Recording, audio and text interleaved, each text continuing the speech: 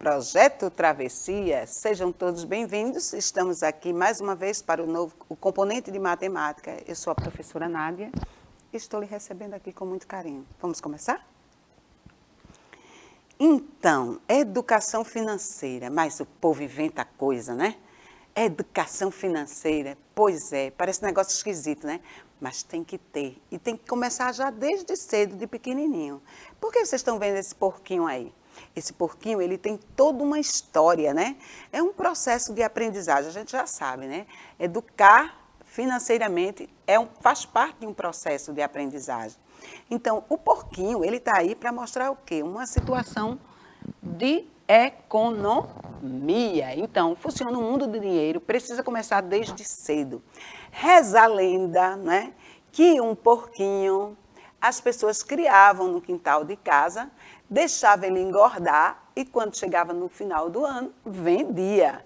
E olha que vendia pelo bom preço, porque o porquinho, quando eles compravam, era um pequeno, né? Bem pequeno. E aí ia engordando, engordando, engordando, engordando. Quando chegava no final do ano para as festas, todo mundo doido pelo um porquinho ia comprar o porquinho.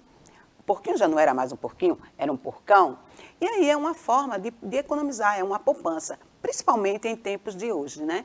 Que a situação não está nada fácil. Se a gente for avaliar os juros da poupança, ai meu Deus, não está para nada, né? Não vale nem a pena. Então a gente tem que aprender a economizar, a como trabalhar o dinheiro. E uma das coisas se chama planejamento. Ou seja, a gente se planejar desde cedo, não é porque você tem pouquinho que você vai sair gastando. E nem é porque você tem muito que você vai sair gastando. Então, educação financeira faz parte da nossa vida, certo? Então, vamos lá. Uma curiosidade é que a caderneta de poupança ela foi concebida pelo nosso imperador, Dom Pedro II, né? Desde 1861, onde regularizou a Caixa Econômica Federal, que tinha na época o objetivo único de remunerar depósitos com juros de 6% ao ano, sob a garantia do governo imperial, né? Hoje, nem te conto, viu? Está assustador. A gente guarda o dinheiro para não estar gastando. Mas que o juro não rende nada, né? Passa o ano todinho lá, parece até que a gente nem colocou dinheiro na caixa. É melhor fazer uma aplicação, comprar algo, até comprar um porquinho e criar e vender no final do ano, quem sabe, né? Então, fica a dica aí. Se liga nessa questão de educação financeira. É muito, muito, muito importante. Vamos lá. O que são juros? Professora, a senhora falou em juros anteriormente, né? Que Dom Pedro colocava o dinheiro na Caixa Econômica com juros de 6% ao ano. O que é juros? Será uma renda extra? Não sei. Não fica nessa ligado, não. Ele pode ser um vilãozinho, viu? Pode ser tanto para positivo quanto para negativo. Então, fica de olho nessa questão dos juros, né? Do rendimento. Então, vamos ver o que é juro. Pensando um pouco sobre juros, né? Podemos definir juros como um rendimento de aplicação financeira, valor referente ao atraso no pagamento de uma prestação ou uma quantia paga pelo empréstimo de um capital. Antes de qualquer coisa, vamos pensar o que é capital. Capital é uma palavra que a gente, no mundo financeiro, é dinheiro, não é a capital do estado não, tá? Capital é dinheiro, tá certo? Então, quando você aplica um capital, né, você diz, não vou deixar meu dinheiro na caderneta de poupança não, está rendendo muito pouco. Chega o final do ano, não vi nada. Então, eu vou aplicar esse dinheiro a uns juros, né, diferenciado, ou seja, para que meu dinheiro aumente, para que eu veja o rendimento. Ou, se você ganhou um dinheirão, aí você compra uma loja, compra alguma coisa, para esse dinheiro realmente ser multiplicado, criar valor. Mas, ao mesmo tempo, se você compra alguma coisa, né, e comprou e atrasou essa prestação, essa parcela, você também vai ocorrer juros. Não corre juros só para crescer o dinheiro para você, não. É para o dono da loja, né, ou para você, mas para você também pode ser um grande prejuízo. Então, a palavra juros, a gente tem que entender que ela está ligada tanto a lucro quanto a prejuízo, né? Então, a gente tem que ficar ligado nessa questão. Vamos lá. Então, o conceito de juros simples, existem dois tipos de juros, o juro simples e o juro composto. O juro simples é aquele, já está dizendo a palavra simples, né? É muito usado no nosso cotidiano, na compra de algo parcelado ou no empréstimo. Mas todo cuidado é pouco, senão você vai ver seu dinheirinho voar, criar asa. Não tem aquela música? Dinheiro na mão é vendaval, é vendaval. Tem gente que quando olha aquele montante de dinheiro aí acha que está cheio de dinheiro. Não sabe ele que dinheiro, ó, fumaça, vai-se embora. Então, a gente precisa ter por isso que é importante a educação financeira. Vamos primeiro entender o que significa essas palavrinhas nas fórmulas da educação financeira, da questão matemática financeira. Porque há um diferencial de matemática financeira para a matemática do ensino regular, da sala de aula, a matemática científica, vamos dizer assim, né, usando os nomes, né, a matemática da álgebra, né, da aritmética, né. Então, a matemática financeira, ela tem um público-alvo, né, ela é voltada para aquele público-alvo, ela é direcionada. Aí, professora, só aprende matemática financeira só quem é comerciante? Não, ela é direcionada para todos nós, porque todos nós, em algum momento, usamos o dinheiro. Para mais, para menos, em algum momento a gente está usando o dinheiro. E aí a gente tem essa formulazinha básica aí, né? Que é o J maiúsculo, né? É uma expressão matemática. Veja que até na matemática financeira a álgebra entra. Olha a linguagem algébrica aí, ó, o J, o C, o I, o T. Né? Então, o J maiúsculo é os juros, representa a palavra juros, né? Que é igual, né? A igualdade da equação do primeiro grau, tá? Igual à equação do primeiro grau, e o C, que é o capital, representado pelo dinheiro, o capital. O I é os juros, a taxa de juros, né? Não pensa que fica só nos juros, não. Tem a taxinha também, tá? E o T significa tempo. Então, essas letrinhas a gente já sabe o significado de cada uma delas. Lembrando, só vou dar uma dica aí, que tempo de aplicação é uma variação. Ou seja, esse T aí sofre uma variação. Porque você pode comprar uma coisa para pagar em um mês, para pagar em 15 dias, para pagar parcelado em 2 meses, ou em 6 meses, ou em ano, ou até dependendo do que você vai comprar. Não é? E aí é onde a gente tem que se ligar nessa questão das taxas de juros. E vamos ver como é que funciona isso. Ó. Nem sempre a gente vai sair por aí com um saco de dinheiro, né? Normalmente a gente vê os homens do carro forte com aquele dinheiro, né? Ninguém vê por aí. Uma nota de 200, alguém está vendo por aí? Onde está a nota de 200? Eu procuro, não encontro no meu bolso, não encontro canto, não está difícil, não está? Tempinho. Então, resultado final de uma operação financeira. Então, M na matemática, ó, lembraram dos nomes anteriormente, né? J, juros, C, capital, I, taxa de juros e T, tempo. Lembrando que tempo é variável, porque ninguém sabe o tempo que você vai comprar, dividir as coisas, né? Então, diante dessas letrinhas, né, que a gente usa essa fórmula, tem uma outra fórmula que se chama fórmula final, que é o montante. Quando eu falo de montante, montanha do resultado. Será que eu vou levar um saco de dinheiro para casa? Vamos ver. Então, o montante é igual ao capital mais o juro. Depois que você faz aqueles cálculos todinho, você vai ver como ficou seu montante. E aí tem o M, que é o montante final. O que é que vai sobrar para você depois de todos esses cálculos, né? O C de capital e o J de juro. Será que eu vou para casa com esse saco de dinheiro? Não sei, vamos ver, né? Então, aí vocês têm o cálculo dos juros simples, né? Aplicando a fórmula, nem vou morrer tanto com isso, porque é muito fácil, né? Qual o valor do montante produzido por um capital de 1.200? Ou seja, traduzindo isso, quando eu estou lendo um problema, por isso que eu foco na questão da língua portuguesa. O mal do ser humano em matemática é que ele lê, mas não interpreta. Então, ele tem que ler e saber o que ele está lendo. O que é que a matemática está me oferecendo, a língua portuguesa está me oferecendo em matemática.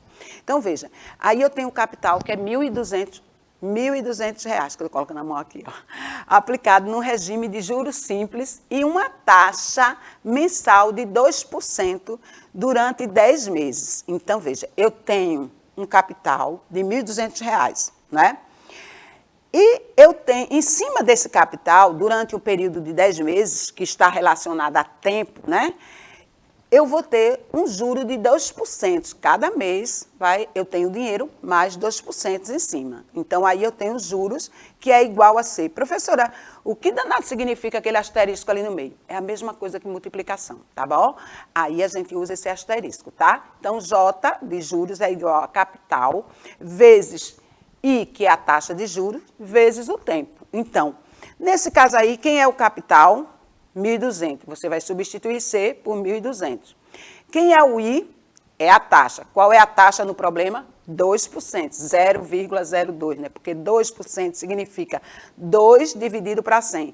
Lembrando que porcentagem é base 100, sempre dividindo por 100.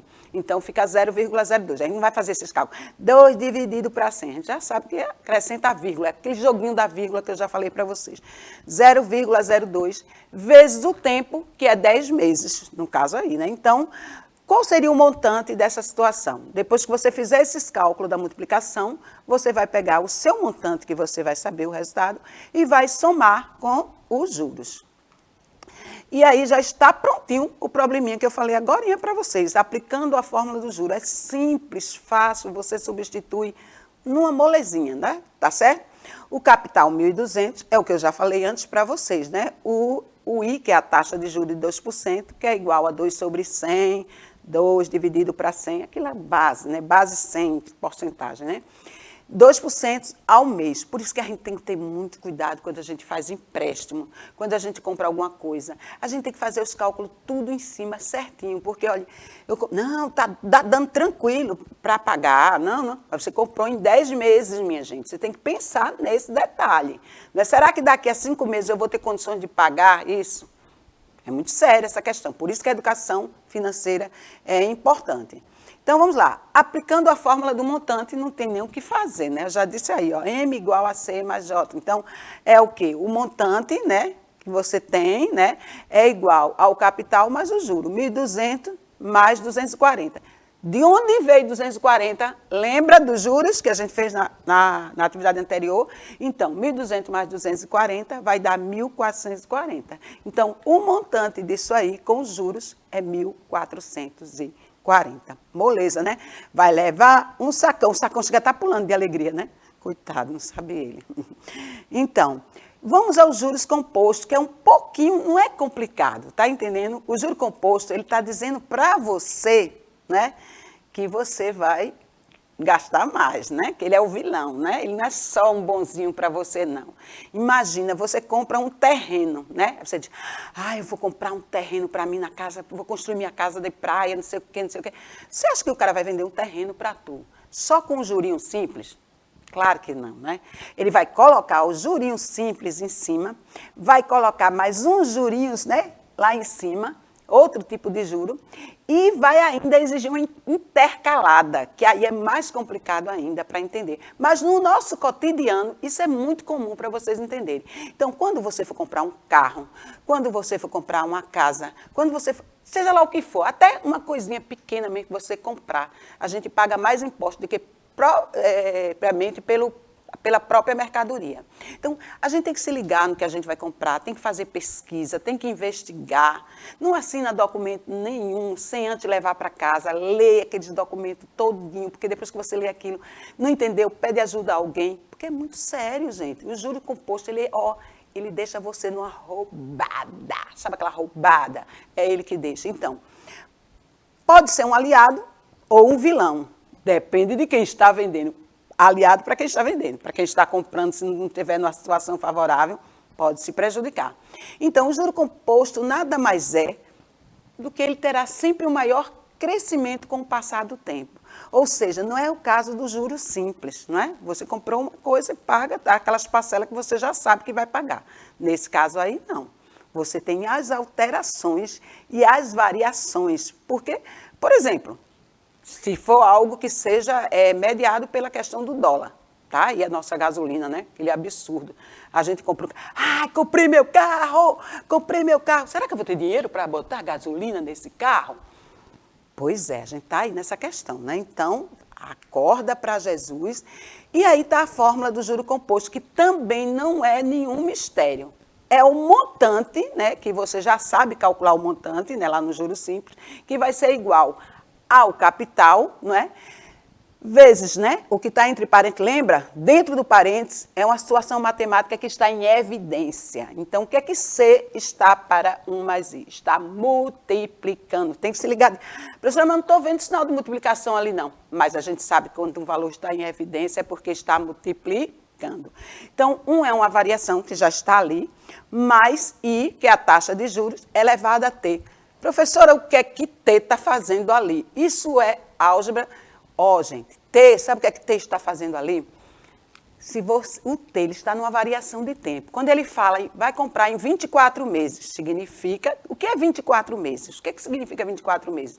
significa 2 anos. Então, ele quer indicar o tempo que você vai levar ao quadrado do tempo, se foi em 1 ano, se foi em 2 anos, se foi em 3 anos. Se liga nessa dica também, tá certo?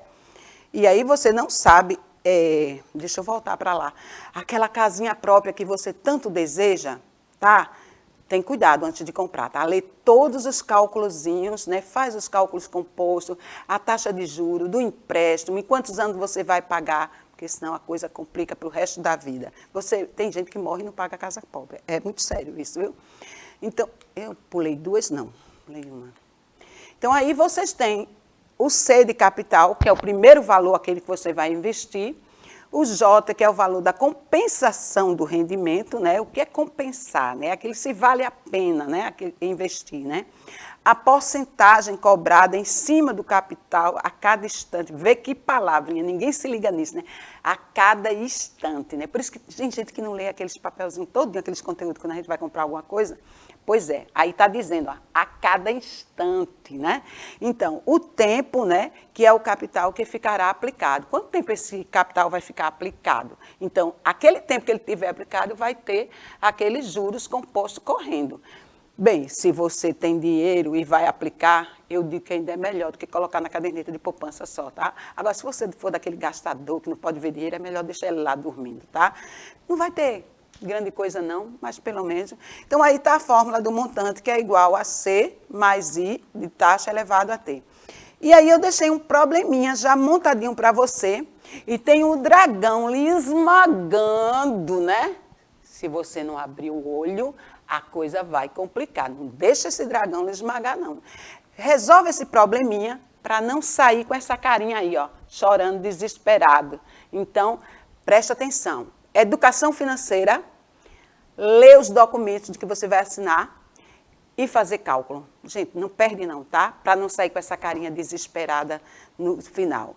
Mas se você acredita em sexta-feira 13, em Black Friday, olhos abertos, porque a sexta-feira negra pode ser um terror para você. Beijo no coração, beijo travessia, eu amo vocês.